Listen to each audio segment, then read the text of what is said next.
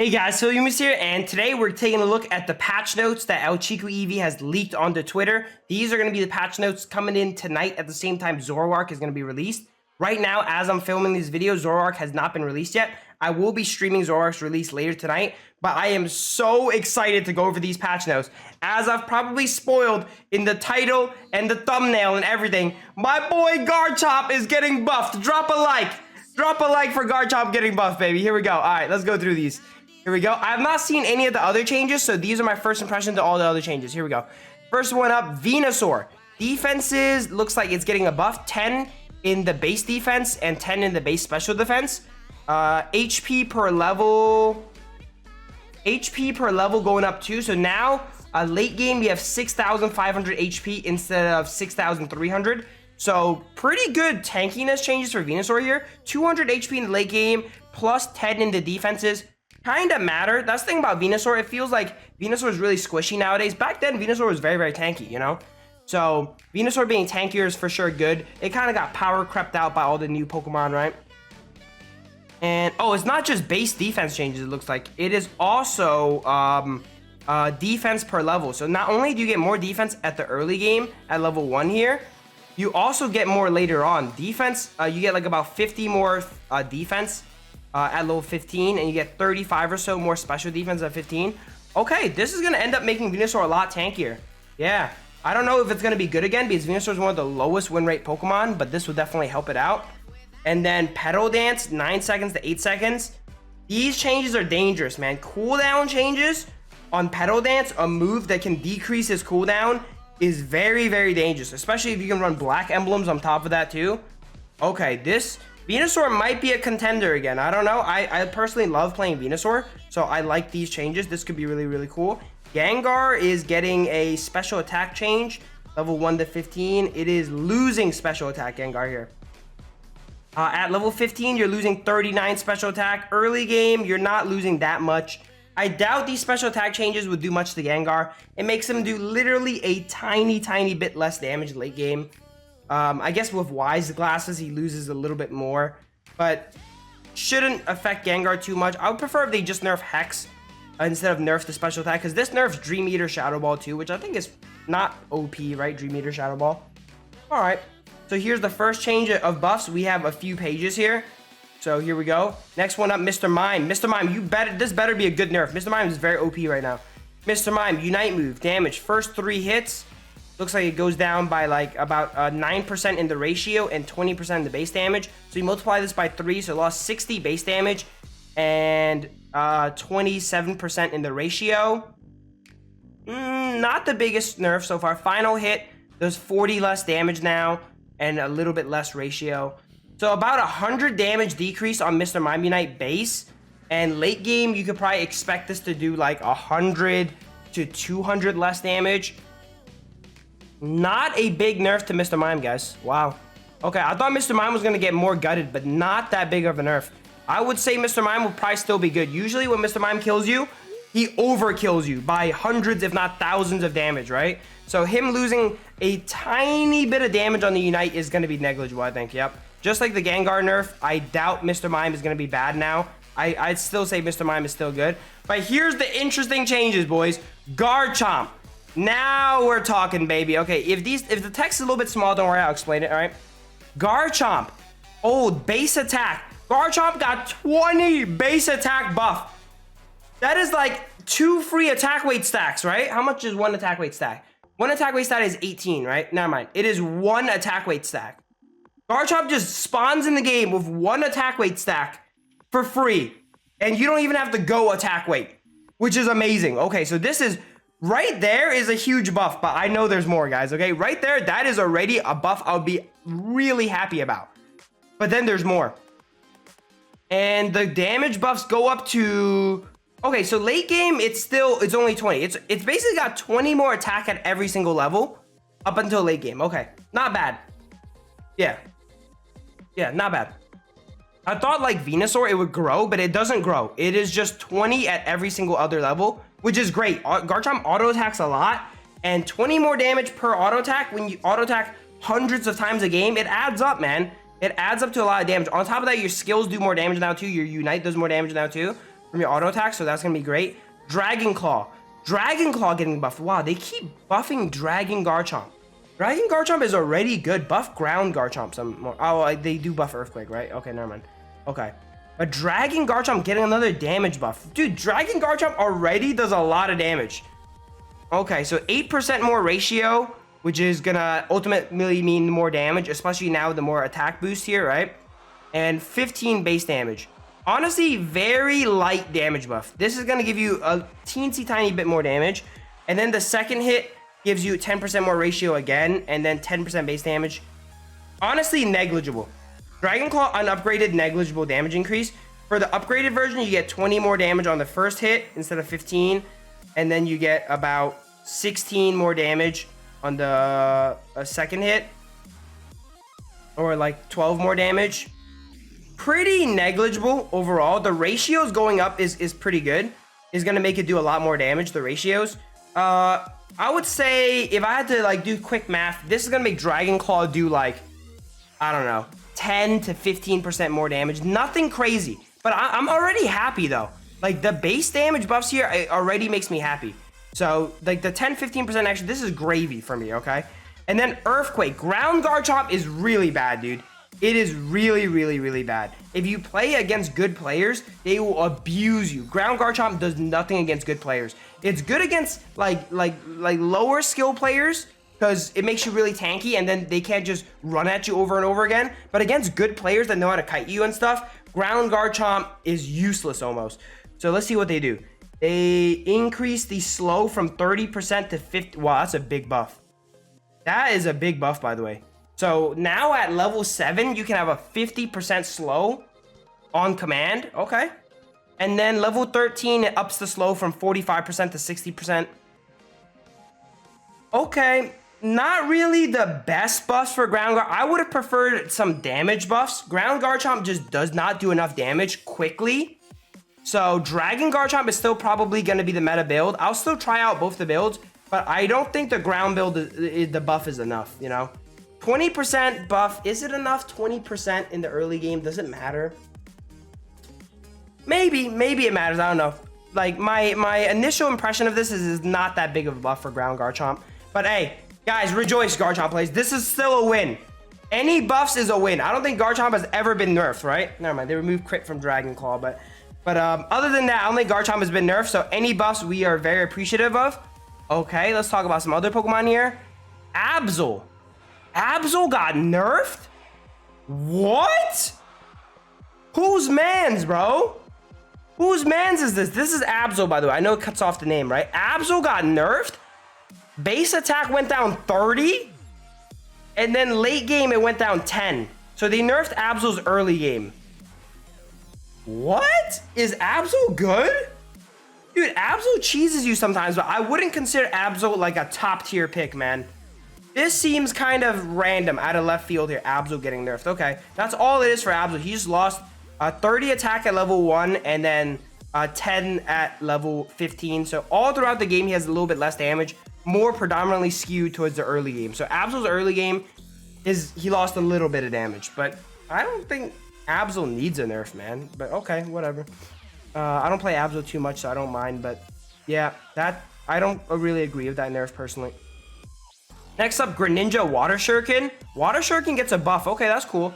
The Water Shuriken used to be Greninja's go-to build, and then they just nerfed it into the ground. So it's good that they're buffing it back here. 10% ratio buff, and wow, 20% base damage buff per Shuriken, and you shoot a good amount of Shurikens.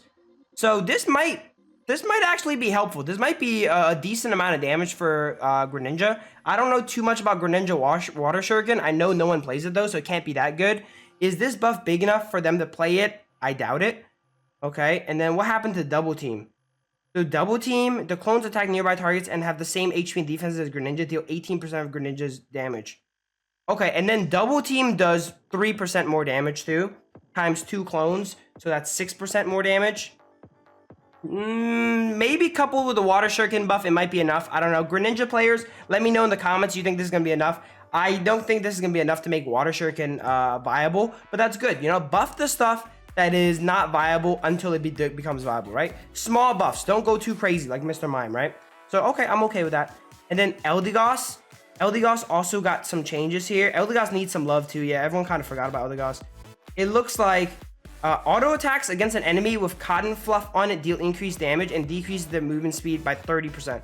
So Eldegoss is slow from his the enhanced autos, I would assume, slows you 30% down instead of 15. That's great. That's a great buff actually. And then Pollen Puff healing. Wow. Pollen Puff heals you a lot more now. The ratio went up 30%.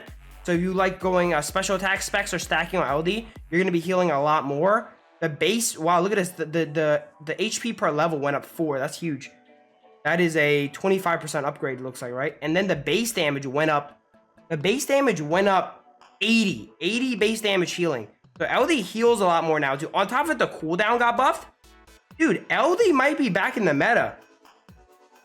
Yeah, LD might actually be back in the meta, bro. These are huge buffs here. On top of, like, what other healing support is there? Blissey's been kind of nerfed down. Wiggly, you know. It might be time to bring back LD, man. It might be time. All right, and then Cotton Guard, the shielding move, also gives you a 40 base damage on the shield, 3 more shielding per level, and another 25% ratio. You might go special attack LD now, no joke. Go stacking specs on LD, and then you already do a lot of damage on LD, right? Now you're gonna do a lot of damage and heal and shield a lot more. And more frequently too, with the cooldown changes. Not bad. Not bad, I like it. Cool, yeah, LD needed some love. Perfect, all right, next buff here. Crusto! What the heck? Crusto got a buff. I didn't know Crusto got a buff. Okay. Crusto, Stealth Rock cooldown, a 1 second lower. Good. Dude, that's a great buff. This is a great buff. If I'm correct, Stealth Rocks has a 4.5 second uptime. So you basically have infinite Stealth Rocks now if you go full cooldown build. So you can just keep Stealth Rocks on a target forever. It could make Crusto pretty good at ripping stuff, huh? And then Rock Tomb. I don't care how much you buff Rock Tomb, guys. Rock Tomb will never be good. I'm sorry, man. It will never be good, bro. They buffed the slow by 20%. And then, yeah, they buffed the slow by 20% here and 20% here. I really can't see Rock Tomb being good, but it's kind of funny, though. It's a funny move. Let's see how it goes, okay? I'll for sure make a video on it, knowing me, all right? But that looks pretty funny. Then we have Serena. Serena Trop Kick. I know it's cutting off this Trop Kick. Trop Kick here looks like it got nerfed. The move speed decrease from Trop Kick went from 50% to 35%, so a 15% reduction in slow. So enemies are going to be able to kite you a little bit easier now. And then the shield you get from Trop Kick, wow. The shield you get from Trop Kick went down a lot too. Your base shielding went down 33%. You lost 150 base shielding and your shield per level and your ratio. Wow, Trop Kick is gonna shield you a lot less now. So they're gonna force you to use that Empowered Stomp, because if you use Empowered Trop Kick, you're losing a lot of your shield nowadays. Interesting, okay. Serena, not sure how I feel about Serena. Serena's only really good if it's in a really good hands. Other than that, it's kind of bad if a bad player plays it. So, interesting. I think Serena's kind of fallen out of favor recently, though. But they just want to make sure and then put a nail in Serena's coffin. It got played in Worlds a bunch, you know, so they had to nerf it, right? And then we got Trevenant. Trevenant Woodhammer. Woodhammer getting buffed. Okay. I have to assume this is a buff, right? It is a buff. Okay. Cool. So now Woodhammer. Woodhammer used to CC you differently depending on how much HP you had, right? So now when you are above 70% HP, you stun for 1 second, 1.1 second instead of 0.8. So a 0.3 second increase in stun. More CC is always dangerous. I always tell you guys, it's very dangerous to have more CC. And then when you're in 40 to 70% HP, it stuns you for 1.3 seconds instead of 1 second. So a whole 0.3. So you get 0.3 second stun more on Woodhammer every time you use it. Doesn't matter if you're low health or high health, which is great. Great buff for Woodhammer. That's exactly what Woodhammer needs to be viable, right? And then the cooldown went down too. I don't know if you guys see it bottom here. The cooldown went down by a second too.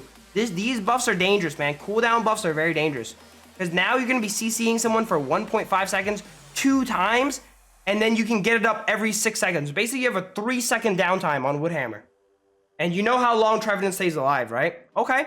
I'm excited to try this out. By the way, subscribe, turn on the bell if you guys are new. I'm definitely going to make videos on all of these wacky builds and stuff. You know me, guys. I love all my defenders, right? So there we go. There's the first page, and then there's more here. Aegislash. This is cut off here, but this says Aegislash, right? Here we go. Aegislash, Shadow Sneak. Cooldown got increased from 5 seconds to 6 seconds. So a nerf for Aegislash here on the Shadow Sneak. But keep in mind, Shadow Sneak is only in the early game. And then the damage went down, too. From 170 base to 150 base. Not the biggest damage nerfs. This should be okay. Yeah, early game nerf, sure, whatever. It doesn't matter that much. Makes it a little bit hard to secure, a little bit hard to stack in the early game and get out. And then Iron Defense went up 170. Wow, they're hitting Aegislash's early game really hard. Interesting, okay. And then Sacred Sword gets a nerf. Uh-oh, I like running Sacred Sword. For 3 seconds after slash hits, damage dealt by Aegislash ignores. Wow, this is kind of a big nerf, guys. It is losing 20% defense shred on it. And that's going to make you do like a good amount less damage against tanks. So Aegislash might not be as good versus tanks nowadays. Aegislash was always kind of decent against tanks because you can go into shield and then keep shield autoing it to heal. But I feel like Aegislash was pretty good though. If Aegislash was in good hands, it was really, really good. So I think Aegislash deserved a little bit of a nerf. And this is a tiny nerf. It's not that crazy of a nerf. Okay, I'm happy. Even though I like Aegislash, this is okay. They didn't gut the Pokemon, right?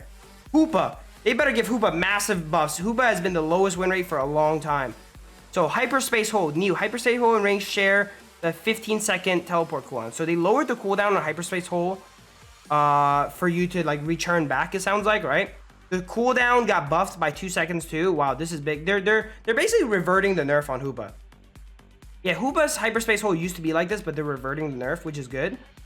And then for Trick, Hoopa creates a link between itself and an ally. Increasing both their movement speeds by 70% now instead of 60%, and granting them a shield. Okay, so they didn't increase the shield size. But wait, hold on. They actually lowered the shield duration. The shield used to last 4 seconds, but now it's 3 seconds.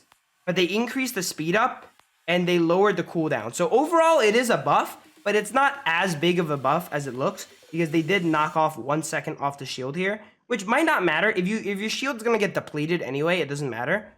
But I guess you can't prep shields as good, I guess, maybe. I don't know. So there's Trick, and then the cooldown going down 1.5 seconds. Trick Hoopa.